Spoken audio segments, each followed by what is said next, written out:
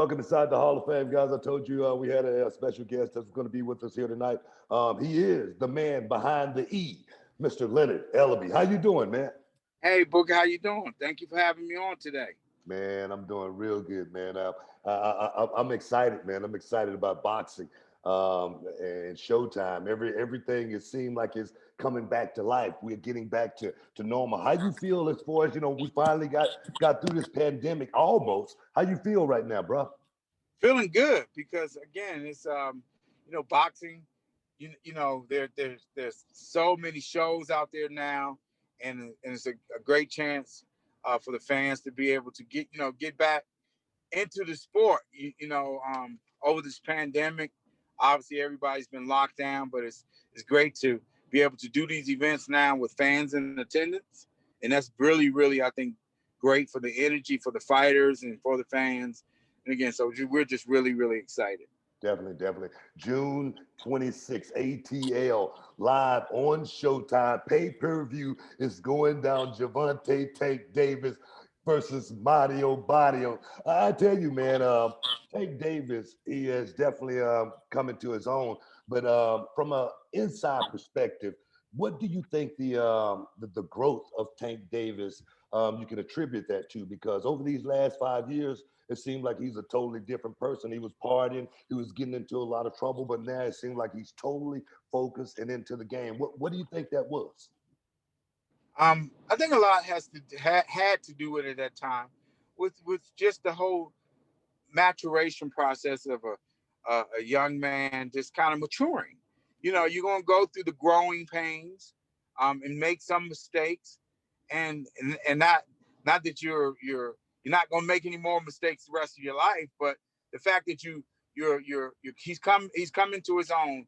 He's surrounded himself with a good positive team, and they've done a really good job of kind of bringing out the best in him. And the best, what I mean is that, you know, now you're starting to see more of his personality now. If you've noticed, if you watch the All Access, you Yes. just see more that he's just really kind of just coming, like you mentioned, coming into his own.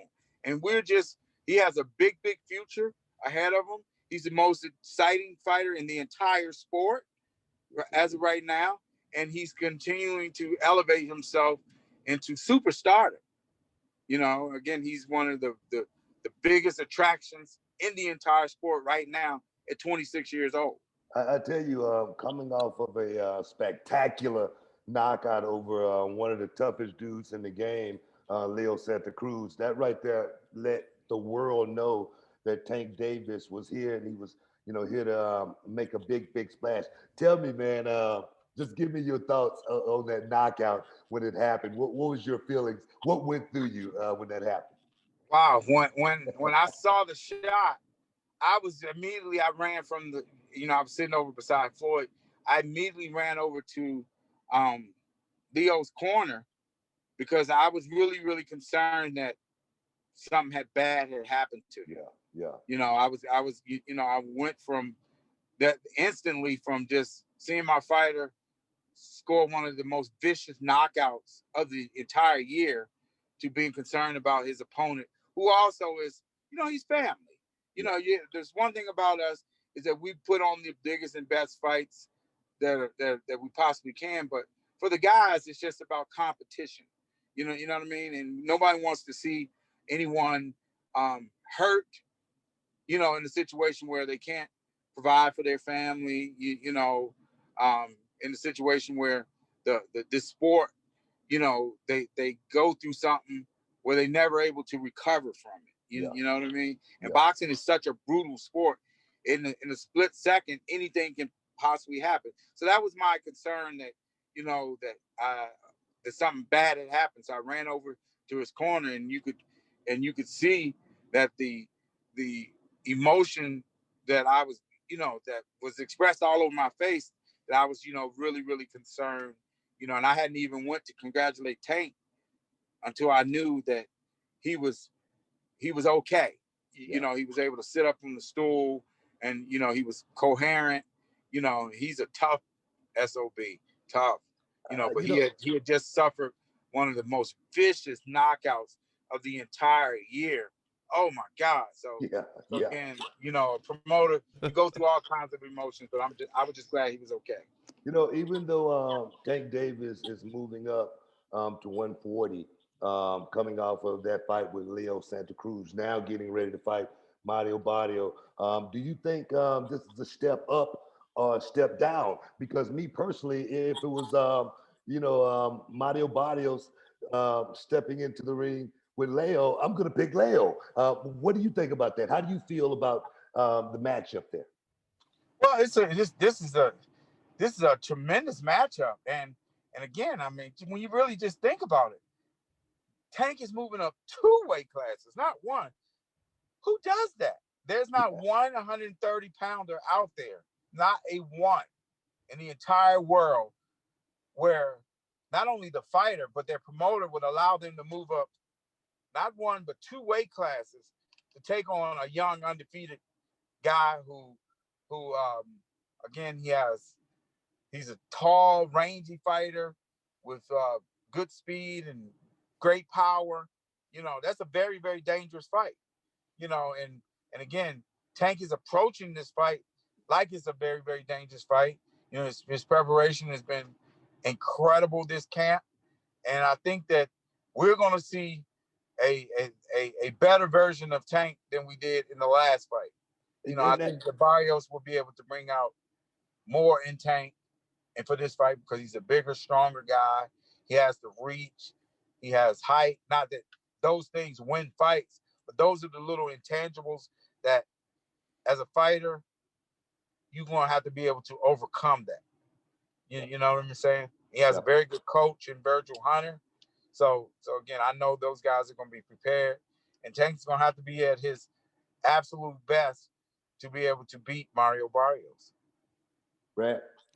Well, I wanted to talk a little bit, Leonard, about a spectacle that we just saw a couple weeks back with Floyd and Logan. Obviously, it set social media ablaze. Everybody was talking about it.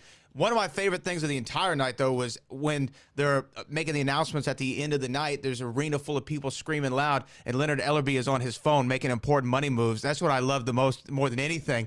But what did you think about that whole spectacle? And did you really think it was all going to come together? Because even me and Booker, knowing what happened with Connor, even Tenshin Natsukawa, I wasn't thinking that Floyd was really going to get in there with Logan, but Floyd did. He looked like he had fun. What did you think of that event? Oh, he had a great time. Again, it was entertainment, and I think that Floyd gave the fans exactly what they wanted to see. Some of the fans obviously would have loved to see a knockout per se, or knockdown or whatever, but it didn't come from Floyd not trying. That's for dang on sure. That's for dang on sure.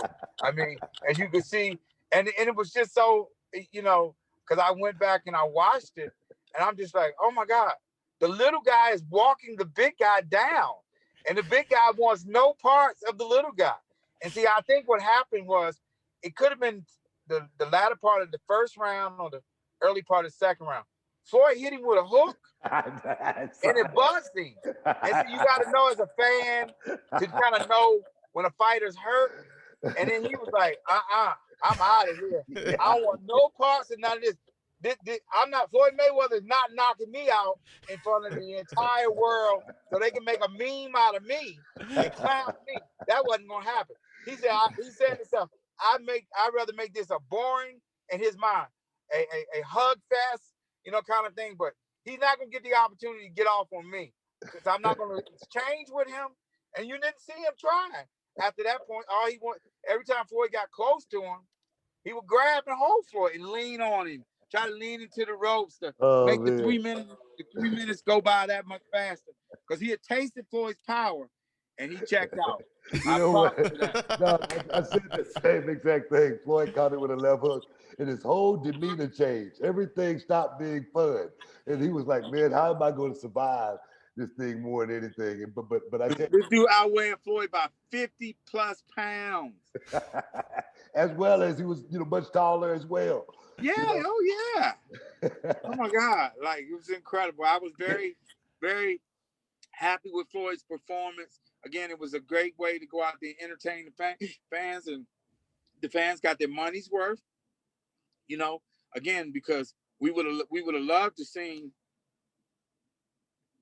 There you go. You're there. Yeah, we would have loved to seen again, there'll be some knockdowns and all of that, but again, Logan Paul made up his mind. I want no parts of none of that. What do you think, man, about the Paul brothers and the way they've definitely come into the game and kind of like changed the game as far as going out there and making this more of a spectacle than it being more than about the fight? Yeah, I had no problems, with it at all. You know, I'm the type of person. It's like this. I stay in my lane and do what I do because nobody's in my lane. You know what I mean? It's like Right. we put on the biggest events ever. That's a irrefutable fact. So we know what we're doing, and we've been doing what we're doing at the highest level. So again, I think it's refreshing that they're bringing more eyeballs to the sport. A lot of the media and lots of the fans and some of the fighters, they feel a little different.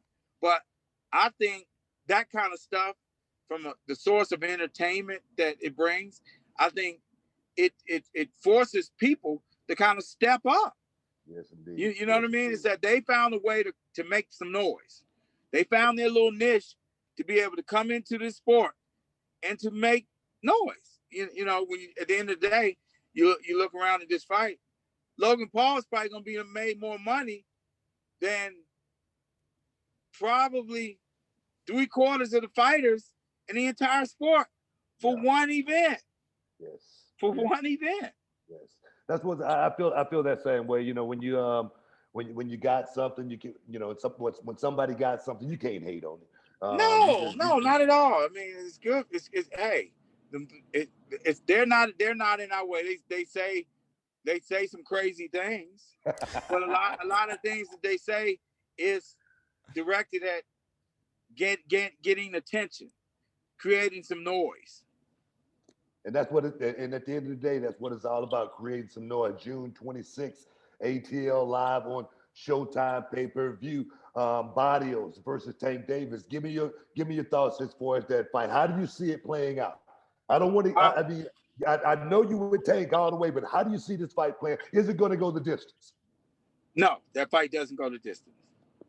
Doesn't go the distance. I think that Barrios will come out and try to use some of his physical advantages probably initially, and I think that'll all change once he tastes Tank's power, and I have Tank knocking him out 5 or 6 rounds.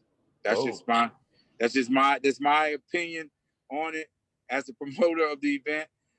Barrios is a tremendous fighter, but Tank is just on another level, and he's really, really, for this particular fight, he wants to make a big statement again, and where he's going to show people that no matter how big you are, no matter how small you are, is that given an opportunity, he's going to go for it. And we know what Tank brings to the table.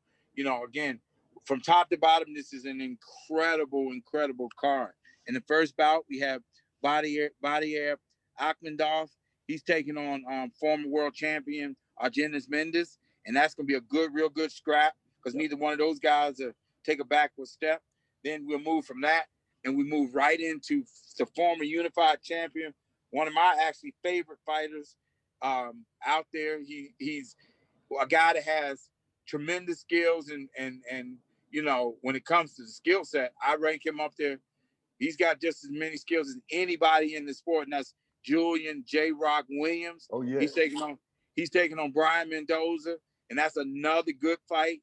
J. Rock's obviously he's had a couple setbacks, but he's looking to get back in there and make a big statement to the other 154 pounders that are out there. Like, y'all must have forgot about me, but I'm a force to be here in this 154 pound division. Then we move into the co-main event, and that alone, Booker, that co-main event could be a main event on a whole nother entire card. And for that matter, any card. Anywhere in the world. You got 2 young, hungry guys, as in Erskine Lubin, and you got Jason Rosario. Both of those guys, again, they both have had setbacks to the same person. Oh yeah, yeah. You Most know, definitely. and Jamel Charlo. But both of them, you know, obviously, especially in Lubin's case, The he's hammer. overcame that. He's put together some very good, solid wins, and he's on a mission to become the guy at 154 pounds. So he'll be looking to make another big statement against Rosario to potentially and hopefully get the winner of the Jamel Charlo Brian Castellano fight. You know what I'm saying? And Definitely. Rosario, he's looking to say, hey, the last fight I went through some things, not making no excuses, but that wasn't 100% of me in the Charlo fight, and he's looking to bring it and stop Erickson Lubin. It's gonna be a You know rough what I night. mean? So It's gonna be a rough again, night for it. all of this we have leading up to the main entree, and we know what that is. The most exciting fighter in the entire sport, Gervonta Tank Davis. That's a promoter right there for you, right there, dog. Making sure he get everything, give everybody they props, everybody they plugs. The man behind the E, Mr. Leonard Ellerbe, man. I want to thank you for stepping inside the Hall of Fame as always, bro. I really appreciate you.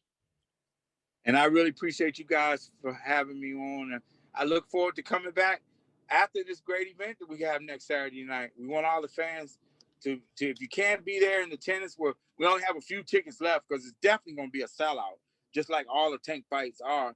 And it's going to be a star-studded affair. And again, if you can't get a ticket now, then be sure to tune in to Showtime pay-per-view. And you can actually order now. You know what I mean? Because again, this is one of those events from top to bottom. You get lots of bang for your buck. And again, it's one of them events that top to bottom you don't want to miss. You know, like I said, you don't want to miss out. You don't want to get shut out on this event right here, guys. Tickets going fast. Like I said, you can see it live on pay-per-view if you're not there in the ATL. But be rest assured, Tank Davis will bring the noise. Again, Leonard, we appreciate you, bro. Thank you, Booker T. And I really appreciate you having me on. All right. And we'll talk soon, brother. You got it, man. Holla back. All right. Hey, thank you for stepping inside the Hall of Fame with us, guys. Stick around. We'll be back in a minute. What's up, this Booker T, two-time Hall of Famer. I know you're checking out the shine, checking out the gloss. I want to thank you guys for checking out Row on YouTube. Hey, don't forget to click and subscribe to check out all the latest content right here each and every week. Now, can you dig that, sucker?